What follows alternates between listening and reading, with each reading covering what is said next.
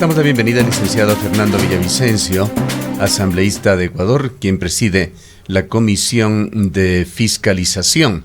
Continúan dándose en Ecuador casos que llaman la atención, licenciado Villavicencio. 2 incendios se han dado en medio de los escándalos de corrupción en Puerto Viejo: medicinas caducadas, ausencia de inventarios, quirófanos dañados en el Instituto Ecuatoriano de Seguridad Social. Un tema que también le preocupa a usted. Iniciemos este diálogo con su comentario e informaciones al respecto. Bueno, sí, es sorprendente que en menos de 15 días se hayan registrado 2 incendios en la misma institución. Me refiero al Instituto Ecuatoriano de Seguridad Social en la ciudad de Puerto Viejo, y justamente afectando áreas que están vinculadas a la operación del hospital de Puerto Viejo. Anoche, horas después de que el incendio estaba controlado, he recibido una serie de documentos por parte de funcionarios del sistema hospitalario de Manabí, de Puerto Viejo en especial, que dan cuenta de graves hechos de corrupción en el Seguro Social de Puerto Viejo. Como he mencionado en mi red social, tengo documentos que confirman que existiría gran cantidad de medicina caducada, compra excesiva de medicamentos, la ausencia de inventarios y registros de los equipos y de los medicamentos en esta área que justamente fue afectada por el incendio. También he recibido videos que confirman cómo se encuentra en el estado grave en que se encuentran quirófanos, lo cual confirma la existencia de estos hechos irregulares. Justamente por eso le he pedido anoche a la fiscal general. Es decir, ese es el procedimiento que estamos llevando adelante. Por eso también fue la reunión ayer con la doctora Diana Salazar, para poder actuar de forma coordinada en esta lucha en contra de la corrupción. Lo que estamos viviendo en la seguridad social del Ecuador es un tema realmente impresentable. Esto, licenciado Villavicencio, no es sino una de tantas aristas de este sistema corrupto de salud y además ineficiente, que es materia de preocupación también del gobierno de Guillermo Lasso. Exactamente. Por esa razón, ayer también estuvo presente en la reunión con la señora fiscal, la colega legisladora de Creo, que es vicepresidenta de la comisión, Ana Belén Cordero, y supo transmitir a la fiscalía la voluntad del gobierno del presidente Lasso de actuar en forma coordinada y pedir a todas las instituciones y a la sociedad civil que actuemos de forma coordinada en esta cruzada contra la corrupción y la impunidad. No podemos tolerar que este sistema podrido de que tomó control estas mafias, que tomaron control del sistema hospitalario, no solo del Ministerio de Salud Pública, sino también de la Seguridad Social, pretendan eternizarse en el control. Por esa razón, nosotros estamos como Comisión de Fiscalización exigiendo a todas las instituciones, en este caso de salud, que queremos ser parte de los procesos de licitación y convocatoria a la adquisición de medicamentos y equipos en el sistema hospitalario, porque el país tiene que estar atento a estos procedimientos que continúan ya durante 15 años en el país. Licenciado Villavicencio, otro de los temas relacionados que quizás debería considerarse, ser tomado en cuenta, y tiene que ver con algunos cuestionamientos que hace el presidente de la Federación Médica Ecuatoriana en un diálogo mantenido por estos medios con el doctor Carrasco. Él manifestaba que son los mismos funcionarios los que se encuentran especialmente en los mandos medios desde hace 14 años en el Ministerio de Salud, y él hacía un llamado y literalmente decía que las nuevas autoridades deberían hacer un barrido de estos funcionarios, quizás con la intención de empezar desde cero y limpiar precisamente todos estos hechos que el país ha venido conociendo, sobre todo en estos últimos años, y que a propósito de la pandemia se han destapado. Y yo le voy a ser radicalmente sincero. Cuando hablé con el presidente Lasso, le comenté cómo funcionan estas estructuras delictivas en todo el Estado. Por eso el presidente Lasso, en una entrevista pública, dijo, en el caso del sector petrolero, que iba a barrer con la corrupción en Petroecuador. Esas expresiones del presidente Lasso tienen que llevarse a la práctica y en todo el Estado. El 70% de mandos medios, es decir, los que controlan el sistema de contratación pública en todas las instituciones, está vinculado al correísmo. Son ellos. Por eso a mí me empieza a preocupar que el gobierno del presidente Lasso empiece o continúe ubicando en puestos de dirección justamente a estos funcionarios que son parte de las estructuras delictivas que queremos erradicar. Aquí no se trata de perseguir, aquí estamos hablando de un crimen organizado, de delincuencia organizada que se tomó el Estado desde hace 15 años y tiene que ser expulsada de todas las instituciones públicas. Vamos a ver lo que pasa en Petroecuador en los próximos días. Pero en el sistema de salud, lo que usted dice y lo que dice la Federación Médica, lo que dicen los galenos, lo que dicen las organizaciones, los funcionarios de base de los hospitales públicos y del Seguro Social es cierto. Hay mandos medios que están ahí 14 años y son parte de una estructura delictiva. Así es que la única posibilidad que tiene el gobierno del presidente Lasso para luchar en serio en contra de la corrupción y la impunidad es barrer con esta gente.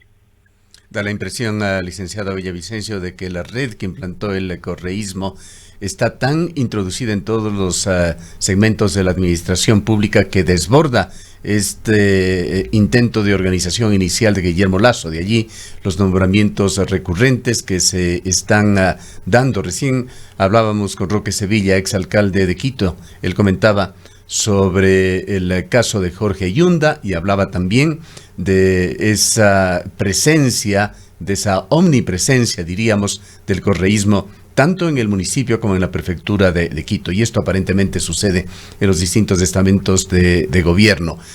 Cuéntenos ya en términos más generales, licenciado Villavicencio, cómo va su gestión en la Comisión de Fiscalización de la Asamblea. Hemos conocido de centenares de citativas, de pedidos de información, de contactos también con otros legisladores para ir vislumbrando ya la materialización de juicios políticos en la Asamblea.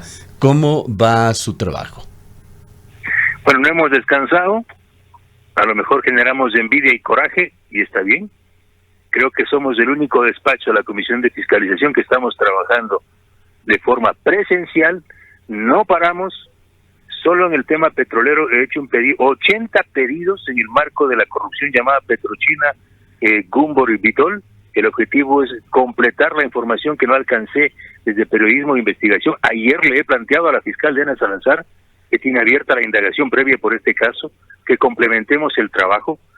Estoy hoy mismo, ayer acabo de enviar al Procurador General del Estado una notificación para que en forma absolutamente responsable proceda a iniciar las acciones de repetición, los juicios de repetición en contra de los responsables de este latigazo económico al Estado ecuatoriano, al país, que significan estos laudos arbitrales en contra de Ecuador, en el caso Perenco, Burlington y Petrobras.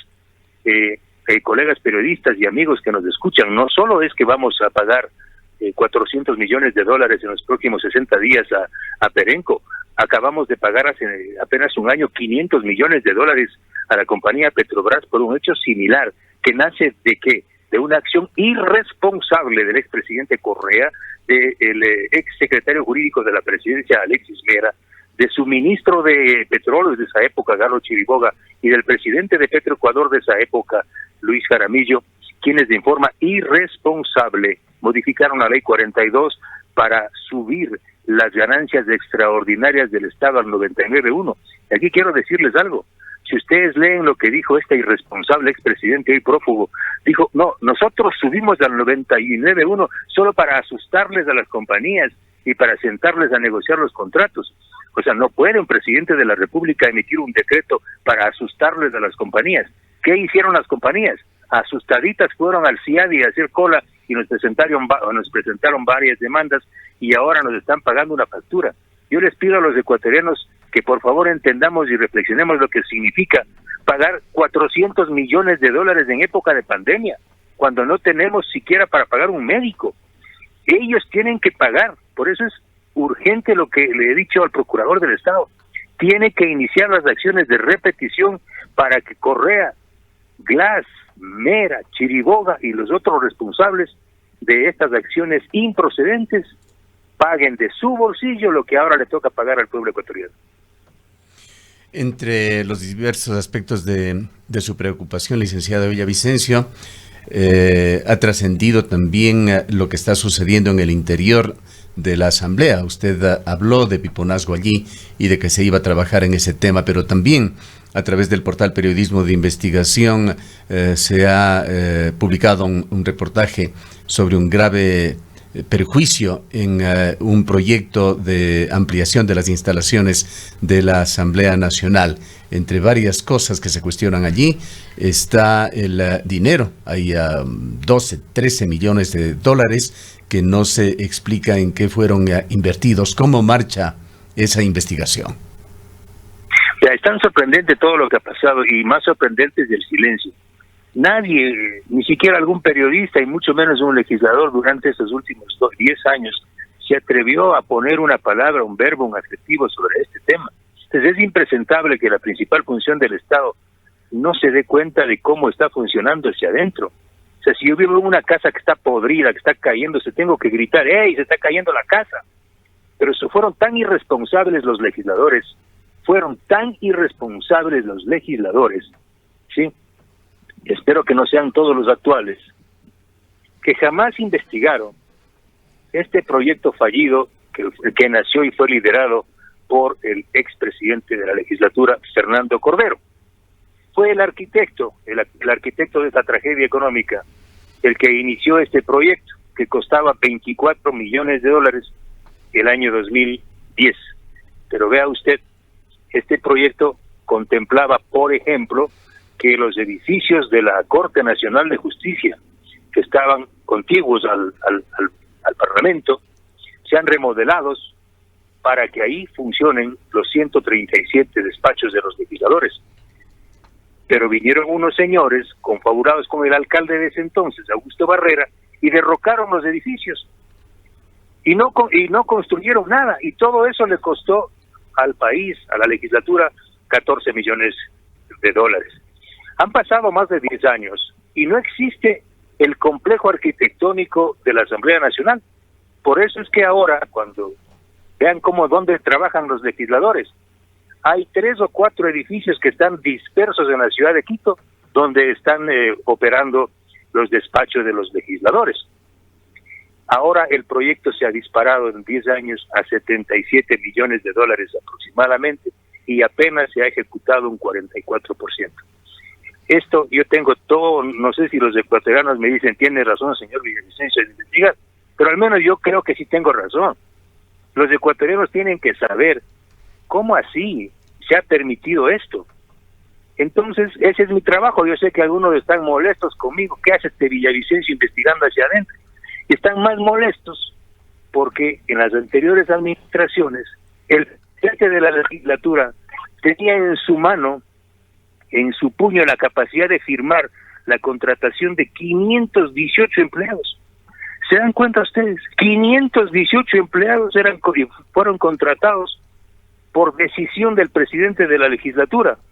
Estoy hablando de estos contratos fuera de los asesores y asistentes de los legisladores, que son 4, ¿no? 2 asesores y 2 asistentes, que está bien, se necesita para trabajar.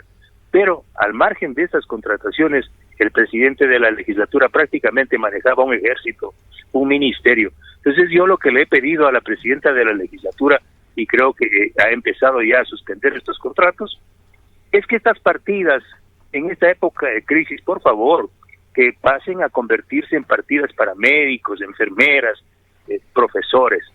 Licenciado Villavicencio, así vamos a dar ejemplo, digo yo.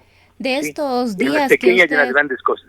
Licenciado Villavicencio, de estos pocos días que está usted ya trabajando al interior de la Asamblea Nacional, ¿cómo percibe usted? ¿Que considera que en esta coyuntura política y lo que podría verse en un corto y mediano plazo, existe la voluntad política de efectivamente apoyar los procesos de fiscalización, sobre todo cuando pensamos que muchos de ellos apuntarían casa adentro? Podríamos entender o suponer que podrían surgir precisamente del interior de la legislatura instancias que intenten bloquear algunos procesos, y no solamente dentro de la legislatura, sino en todos los otros ámbitos en los cuales usted ha intervenido, sobre los cuales usted está investigando, y como ya había manifestado hace un instante, en la gran mayoría de los mandos medios e instancias estatales y gubernamentales hay funcionarios del correísmo, que es uno de los momentos políticos del país que usted investiga.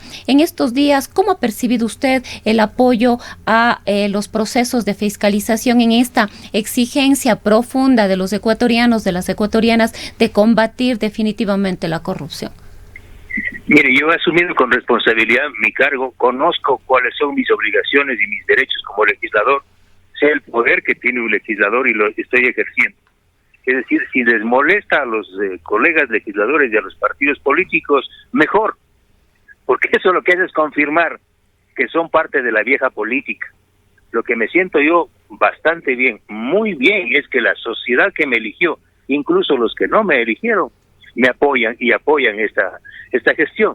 Mire, si yo tengo minoría en la Comisión de Fiscalización, yo llevaré estos casos a la Fiscalía General del Estado. Es decir, a mí no me importa que al interior de la Asamblea estos casos no tengan mayoría. Incluso si me votan de la Comisión de Fiscalización, pues para mí será un honor, pero seguiré como legislador investigando, porque nadie me puede prohibir. Hoy un legislador puede tranquilamente pedir toda la información que quiera, no necesariamente a través de una comisión o de la presidencia de la Asamblea. Es decir, todos los legisladores tenemos el poder suficiente para investigar y luchar contra la corrupción en micro y macro espacios de la vida pública. Yo por eso les digo a los compatriotas, confíen, va a ver que este trabajo va a dar resultados, ya está dando resultados, y saludo la decisión también de la fiscal Diana Salazar de poder coordinar, porque mire, hay casos que la Fiscalía investiga en su ámbito penal, pero que no necesariamente se quedan en el ámbito penal, tienen que, por ejemplo, ser investigados en cuanto a las responsabilidades políticas, como son los contratos, por ejemplo. Y lo propio, nosotros estamos recibiendo en la Asamblea decenas, centenares de quejas de gente humilde, que a veces no identifica bien cuáles son los alcances de la Comisión de Fiscalización, etcétera. Entonces hemos acordado con la Fiscalía derivar estos casos que son de orden penal hacia una unidad de la Fiscalía General del Estado. Miren que eso se puede hacer así de forma bonita, armónica. Es la primera vez en 15 años que el presidente de la Comisión de Fiscalización se reúne con la Fiscal General del Estado, y no para perseguir a los disidentes, sino para perseguir a la delincuencia organizada y a la delincuencia de cuello blanco. Licenciado Villavicencio, realmente que la situación es deplorable. Estamos escuchando al presidente Lasso llamados al sector privado para que aporten para comprar vacunas para Ecuador. Para el sistema de vacunación, ¿cuánto requiere Ecuador? 300 millones de dólares, quizá 400 millones de dólares que el Estado no lo tiene en efectivo como se le exige, y no tiene las posibilidades de conseguir, pues los problemas son demasiado. En medio de esto, usted se ha referido ya a los diversos perjuicios, a unos pocos de ellos. Entre ellos está este problema con Perenco, que le obligará a desembolsar al Estado ecuatoriano 400 millones de dólares o algo más. Estamos con la amenaza de Coca-Cola Sinclair, otros 400 millones que se pueden perder en las obras de captación de esta central, sin posibilidades de que un seguro cubra. Y allí nos preguntamos en dónde quedaron los millonarios contratos que año a año se fueron entregando a Seguros Sucre. Y por el orden, podríamos pasar por una decena de casos con problemas millonarios en este listado interminable, y se sigue semana a semana sacando nueva basura debajo de la alfombra. La pregunta que quisiera hacerle dentro de todo esto, ¿hay alguna posibilidad, alguna esperanza de que se recupere algo de lo robado y perjudicado al país? Ese es el punto doloroso. A uno le duele el hígado y el estómago cuando usted está diciendo exactamente el país necesita más de 300 millones de dólares para comprar vacunas, para inmunizar a su gente, para que podamos trabajar, reactivar la economía, pero estamos obligados en 60 días a pagar 400 millones de dólares por una irresponsabilidad de estos exgobernantes que amenazan todos los días. Ahora son una fuerza política y siguen siendo una fuerza política que amenaza y presiona. Esto no puede continuar. Por esa razón es que yo estoy muy empeñado en las investigaciones, justamente orientado a lo que usted plantea, a identificar la ruta del dinero mal habido, porque aquí no sacamos mucho teniendo a una gavilla de delincuentes de cuello blanco en la cárcel, sí, otros queriendo suicidarse, con todo respeto y dolor, mientras no logremos identificar dónde están las fortunas que se llevaron. Ese es el tema de fondo. Y ese es el acuerdo también con la Fiscalía. Unámonos para identificar la ruta del dinero. Y también el presidente Lasso tiene que cumplir con su planteamiento de campaña de traer a una comisión modelo CICIG de Guatemala, a la Comisión de Naciones Unidas, para que facilite este proceso de investigación, lucha contra la corrupción y también la identificación de dónde está el dinero. Una pregunta final, parcialmente le respondió ya y le preguntó Rosana hace pocos instantes. En Ecuador se habla mucho de esos poderes fácticos, muchos de ellos ocultos tras las sombras. ¿Cómo está sintiendo usted la presión en su trabajo en la Comisión de Fiscalización? ¿Quiere que le cuente? Bueno, se aproximan, ¿no? Mandan señales, pero no se arriesgan, no se atreven, porque saben que conmigo no pueden. Pero sí, estoy recibiendo ese tipo de presiones, pero saben que conmigo no pueden. O sea, si mañana quieren sacarme de la Comisión de Fiscalización, sáquenme, pero yo no me voy a quebrar. Me pueden doblar, pero yo no me voy a quebrar.